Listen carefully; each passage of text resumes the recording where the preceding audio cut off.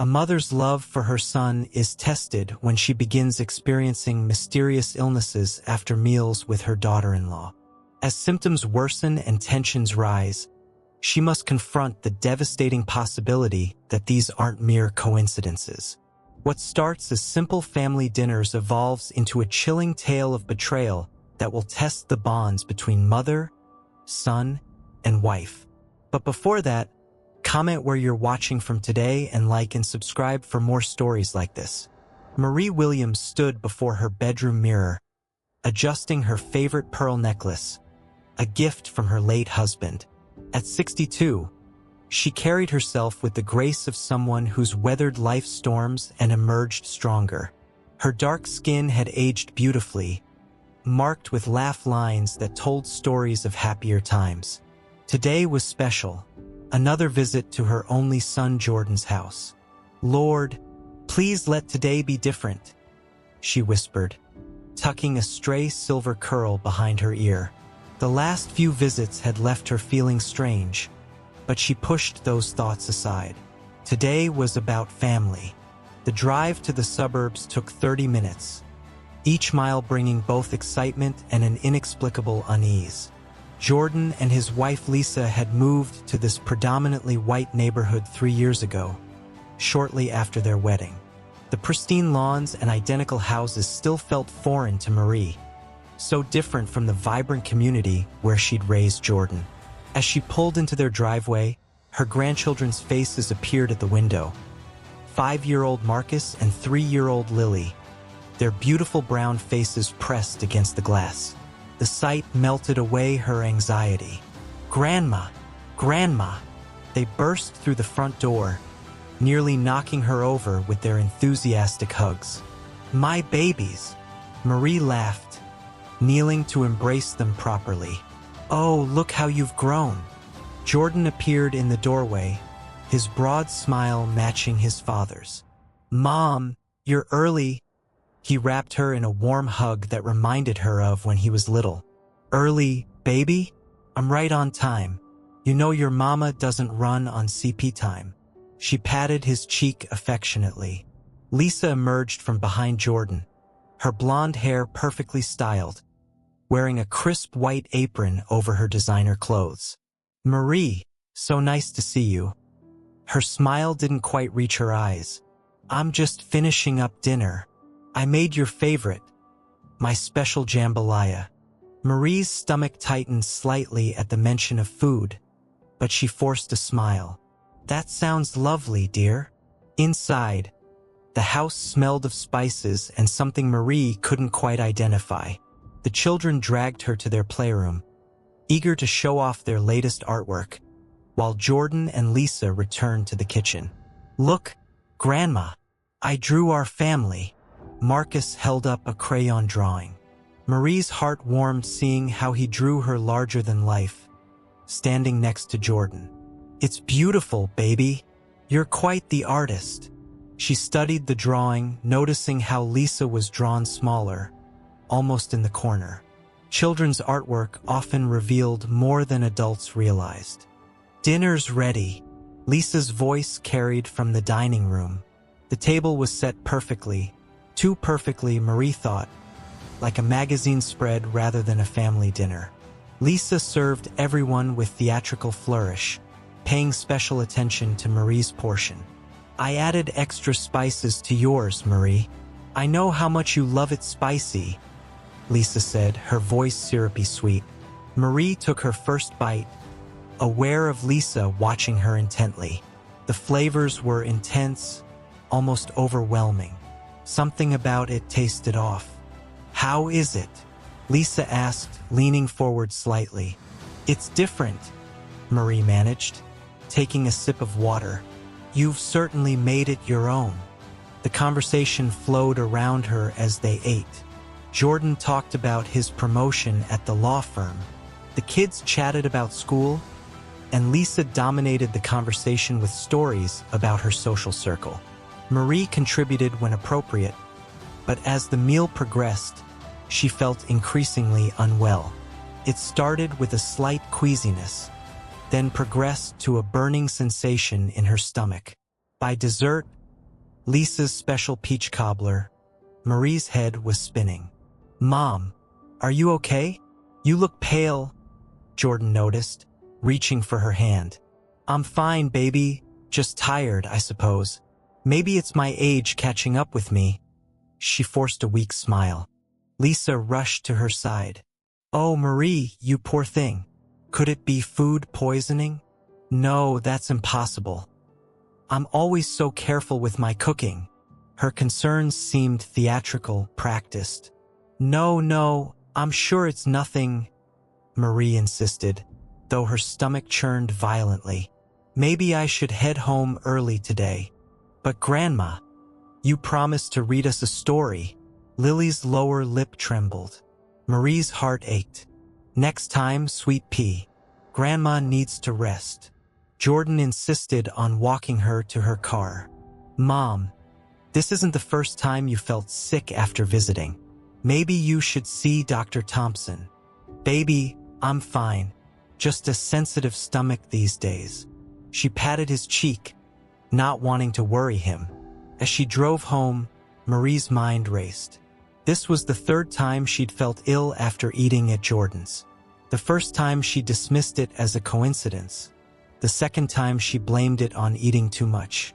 But now, that night, hunched over her toilet, Marie's suspicions grew. The symptoms were too consistent, too specific to her visits. But surely Lisa would know. She couldn't let herself think that way. Lisa was family now, even if things had been tense since she and Jordan married.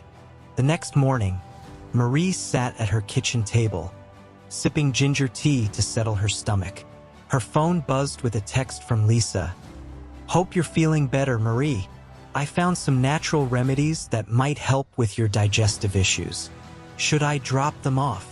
Marie stared at the message, noting the forced cheerfulness in those emoji-laden words.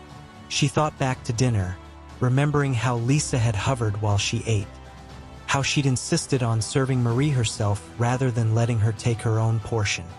"Thank you, dear, but I'm feeling much better now," she replied diplomatically. Another buzz. "If you're sure, the kids miss you already.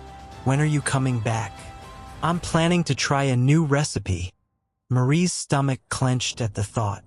She closed her eyes, remembering how she'd raised Jordan to see the best in people, to judge them by their character, not their color.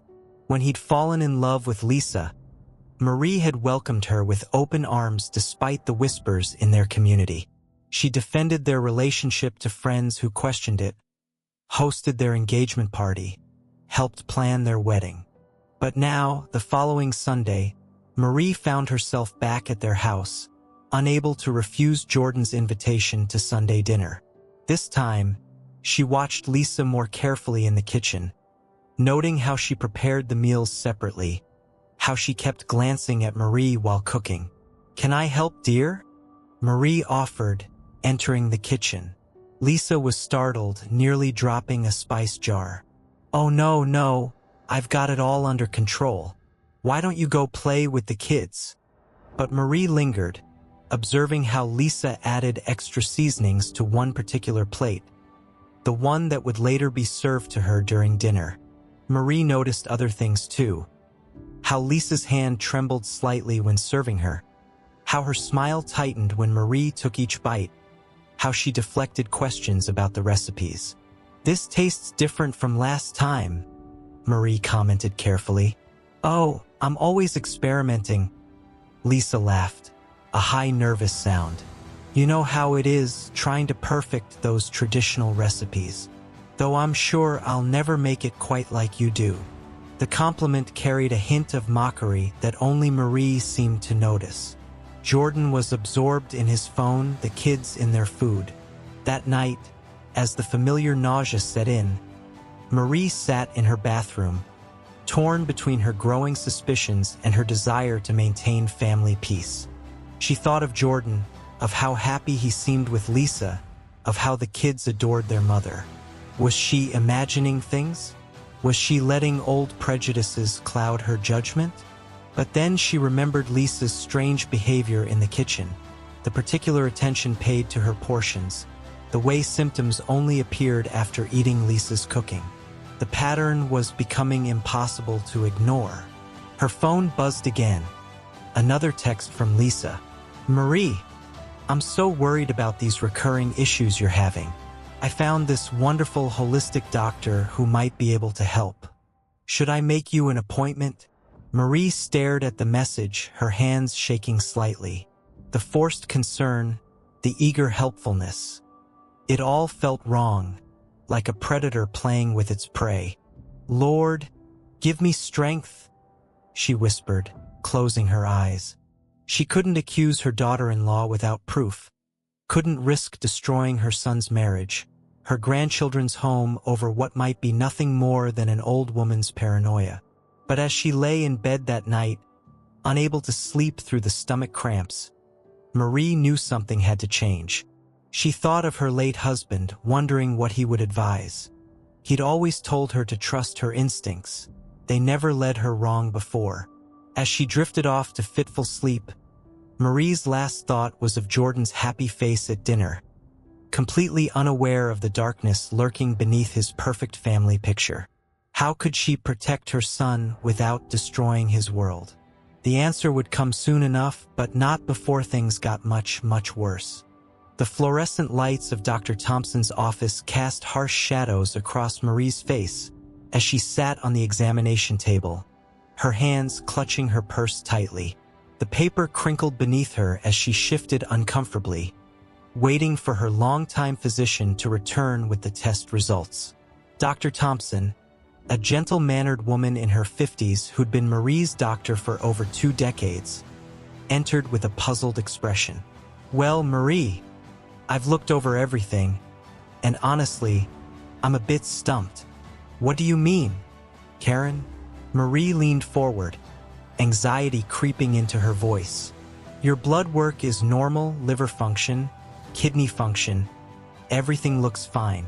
No signs of infection or inflammation." Dr. Thompson sat on a rolling stool, reviewing the charts. "You said these symptoms only occur occasionally?" Marie nodded. "Yes, but they're getting worse each time. The nausea, dizziness. Last time I could barely drive home. And you can't identify any pattern, certain foods, activities?" Marie's throat tightened. She could identify the pattern perfectly. Every episode followed a meal at Jordan and Lisa's house. But how could she explain that without sounding paranoid? "It might be related to specific meals," she said carefully. Dr. Thompson made some notes. "Could be a developing food allergy. That's not uncommon at your age," or she hesitated. "It could be stress-related. How are things at home with the family?" Marie forced a smile. "Everything's fine. Jordan's doing well at work. The grandkids are growing so fast. And your daughter-in-law, Lisa, right? How are things with her?" The question hung in the air for a moment. "We're adjusting to each other," Marie finally answered. Dr. Thompson nodded thoughtfully. "Mixed families can be challenging. The stress could be manifesting physically. I'd like you to keep a detailed food diary for the next few weeks. Note everything you eat and any symptoms that follow." On the drive home, Marie's anxiety grew. No medical explanation meant either she was imagining things or something more sinister was at play. Her phone buzzed with a text from Jordan. "Mom, coming over for dinner tomorrow. Lisa is making her special gumbo." Marie's stomach churned just reading the message, but she couldn't avoid these dinners forever without raising suspicions. "Of course, baby. Looking forward to it," she replied, already dreading what was to come. The next evening, Marie found herself once again at Jordan and Lisa's dinner table. Lisa had outdone herself, presenting a spread that looked like it belonged in a cooking magazine. "I made it extra special tonight," Lisa announced, serving Marie a heaping portion of gumbo. "Added my secret blend of spices just for you, Marie." Marie noticed how Lisa's eyes followed her spoon as she took the first bite. The flavor was overwhelming, far spicier than traditional gumbo should be. Within minutes, her mouth was burning, and her stomach began to churn. "Mom!" Jordan's voice seemed distant. "Mom, are you okay? You're sweating." The room started spinning. Marie gripped the table edge, her heart racing so fast she could hear it pounding in her ears. I don't feel. Oh my goodness." Marie's voice carried in fake concern. "Maybe you're allergic to shellfish? I should have asked." "No." Marie tried to stand, but her legs wouldn't cooperate. "Jordan, I need." Jordan jumped up as Marie slumped in her chair. "Lisa, call 911. "No." Marie managed, fighting through the dizziness. "No ambulance. Just need to lie down." Jordan helped her to the guest room, his face etched with worry. "Mom, this isn't normal. Something's seriously wrong." "I'll be fine, baby," she assured him, though her heart was still racing. "I just need to rest." "Maybe you should avoid spicy food for a while," Jordan suggested, sitting on the edge of the bed. "Or seafood. We can try different meals next time." Marie nodded weakly, knowing it wasn't the type of food that was the problem. As if reading her thoughts, Lisa appeared in the doorway, wringing her hands in apparent concern. "I feel terrible about this," she said. "Let me make you some tea to settle your stomach." "No," Marie said too quickly, then softened her tone. "No, thank you, dear. Just water." Later that night, safe in her own home, Marie started a new notebook. At the top of the first page, she wrote "Symptoms Log." Under it, she detailed everything about the evening's meal: the dishes served, the timing of her symptoms, the intensity. Over the next few weeks, she added more entries. The pattern was undeniable. Sunday dinner: spicy gumbo, severe nausea, dizziness, racing heart. Thursday lunch: special sandwich, stomach cramps, headache. Saturday brunch: French toast. Lisa insisted on serving my portion. Mild nausea, confusion. The symptoms were worst with spicy dishes where extra seasonings could easily mask other additions. Marie's suspicions solidified with each entry, but she still needed proof. During one particularly memorable dinner, Lisa served a Cajun pasta dish that she claimed was inspired by Marie's heritage. The irony wasn't lost on Marie, a white woman attempting to serve a version of her own cultural cuisine. "It's my take on your recipe," Lisa said sweetly, placing a large portion before Marie. "I hope I did it justice." The first bite sent warning signals through Marie's body. The familiar burning sensation, different from normal spices, spread across her tongue. She watched Lisa from the corner of her eye, noting how her daughter-in-law's expression shifted from anticipation to satisfaction as Marie's symptoms began to appear. "How is it, Mom?" Jordan asked, oblivious to the undercurrent of tension. "It's..." Marie's voice faltered as the room began to spin. "It's very..." "Marie!"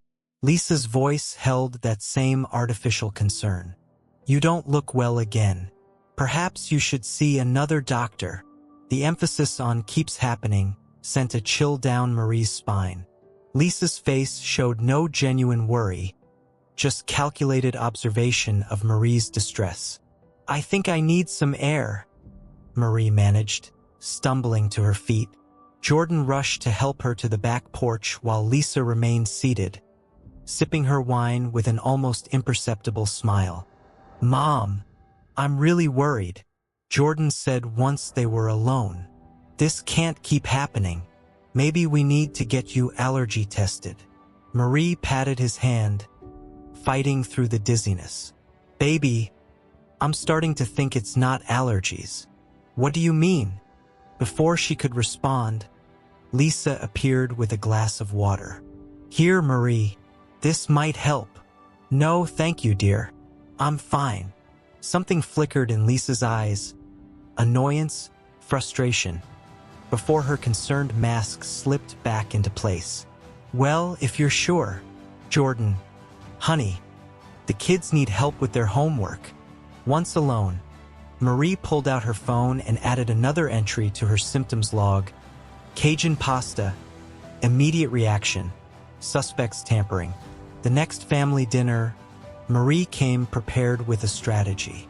As Lisa served her usual oversized portion, Marie engaged in animated conversation with the children, taking only tiny bites and mostly pushing the food around her plate.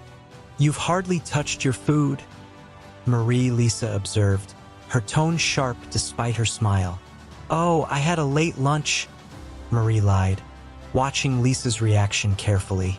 "Everything looks delicious, though, but you must try the sauce," Lisa insisted. "I made it especially for you." Marie pretended not to hear, continuing her conversation with Marcus about his school project. She noticed Lisa's knuckles white around her fork, the slight twitch in her jaw. By the end of the meal, Marie had eaten less than a quarter of her portion. For the first time in months, she drove home without feeling ill. The revelation both confirmed her worst fears and filled her with a new determination. That night, Marie sat at her kitchen table, surrounded by her symptom logs and a photo of Jordan and the kids. Her son's smiling face brought tears to her eyes. How could she tell him what she suspected? How could she not? Her phone buzzed with a text from Lisa. "So sorry you didn't enjoy dinner tonight, Marie. I'll have to try harder next time to make something you'll actually eat." The passive-aggressive tone was clear. Marie's hands shook as she set the phone down. She was now certain that Lisa was deliberately poisoning her meals, but proving it would be another matter entirely. The next step would require courage and careful planning. Looking at her grandson's crayon drawings still hanging on her fridge, the one where Lisa was drawn tiny in the corner, Marie made her decision. She couldn't let this continue for her sake, for Jordan's sake, and especially for her grandchildren's sake. She had to find a way to expose the truth. Opening her notebook to a fresh page, Marie began to write out her plan. The next family dinner would be different, very different, and this time she would be ready. Marie stood in her kitchen early Sunday morning, carefully packing her signature sweet potato casserole into a decorative serving dish. The familiar motions of cooking had always brought her comfort, but today they carried extra weight. Each ingredient she measured, each step she took, had been part of a carefully orchestrated plan. "Lord, give me strength," she whispered, adding the finishing touches to the dish. She'd spent the previous night rehearsing her excuse. Her doctor had recommended a special diet to help with her mysterious symptoms. It wasn't entirely a lie. Dr. Thompson had suggested food tracking. Her phone buzzed with a text from Jordan. "Mom, you don't need to bring anything. Lisa's been cooking all morning." Marie's hands trembled slightly as she typed back, "Just a little something, baby. Doctor's orders." Trying to figure out what's causing these spells. She checked her purse one last time, her symptom diary, a small notebook for new observations, and her phone with the camera ready to document anything suspicious. The stakes were too high for mistakes. The drive to Jordan's house felt longer than usual. The covered dish on her passenger seat seemed to mock her with its significance. This wasn't just dinner. It was a test. One she prayed she was wrong about. Lisa opened the door before Marie could ring the bell, her perfect smile faltering for just a moment at the sight of the covered dish. "Marie, what's this? You didn't have to bring anything. I've prepared everything already." "Oh, just a little something," Marie said lightly, stepping past her. "Doctor suggested I try tracking what I eat, with all these strange symptoms lately." Lisa's smile tightened almost imperceptibly. "But I made all your favorites. Surely one night won't hurt your diet." "Grandma." Marcus and Lily came running, breaking the tension. "What did you bring? Is it your sweet potato casserole?" The very same. Marie smiled, holding the dish away from Lisa's reaching hands. Let me just put this in the kitchen. The kitchen counter was crowded with Lisa's elaborate spread. Marie's supposed favorites, each one likely laced with whatever had been making her ill. The sight made her stomach turn. Here, let me serve everyone, Lisa offered, reaching for Marie's casserole dish. No need, dear. Marie's voice was honey-sweet but firm. I'll handle my portion, doctor's orders. Need to measure everything carefully. Throughout dinner, Marie noticed Lisa's mounting agitation. Each time Marie declined one of Lisa's dishes, a tiny muscle twitched in Lisa's jaw. Her daughter-in-law's usual practice smile grew increasingly strained. Mom, you haven't tried Lisa's jambalaya, Jordan noted halfway through the meal. She made it especially for you. Oh, I wish I could, baby, but I'm trying to be strict with this elimination diet. Dr. Thompson thinks it might help identify what's causing these episodes. Marie patted her son's hand while taking another bite of her own casserole. Lisa's fork clattered against her plate. It seems rather rude to bring your own food when I've spent all day cooking, she said, her voice tight. Jordan looked shocked. No, she's right, Marie said smoothly. I should have called ahead. I just got so worried after that last spell. You remember, Lisa? When I could barely stand. Lisa's face flushed. That was probably just food poisoning. Though I'm always so careful with my cooking. The emphasis on the word careful sent chills down Marie's spine.